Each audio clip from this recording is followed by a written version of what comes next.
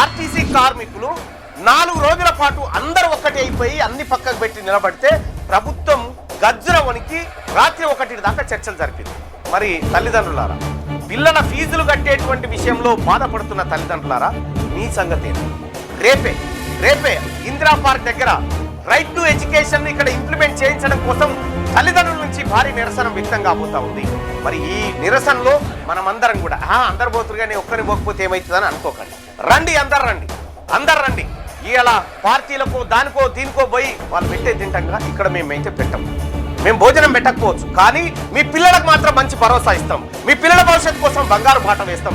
తల్లిదండ్రులారా, రేపు ఆదివారం ఒక అడుగు ఇందిరా పార్క్ దగ్గరకు వచ్చిపోండి. పిల్లల ఫీజులు కట్టలేక అవస్థపడుతున్నటువంటి మీ అందరికీ ఉపశమనం కలగాలి. ఇక్కడ రైట్ టు ఎడ్యుకేషన్ రావాలి. మీ పిల్లలకు 25% ఫ్రీ సీట్లు ప్రైవేటు కార్పొరేట్ స్కూళ్ళల్లో రావాలి. లక్షల రూపాయలున్న ఫీజులు 25-30 వేలకు కుదించబడేటువంటి విధంగా ఆ పోరాటం సాగుతూ ఉంది. మీరందరూ రావాల్సిందిగా మరొకసారి మీ అందరిని ఆహ్వానిస్తూ, ఈ ఉద్యమం స్ఫూర్తి ఆర్టీసీ కార్మికుల ఉద్యమం స్ఫూర్తి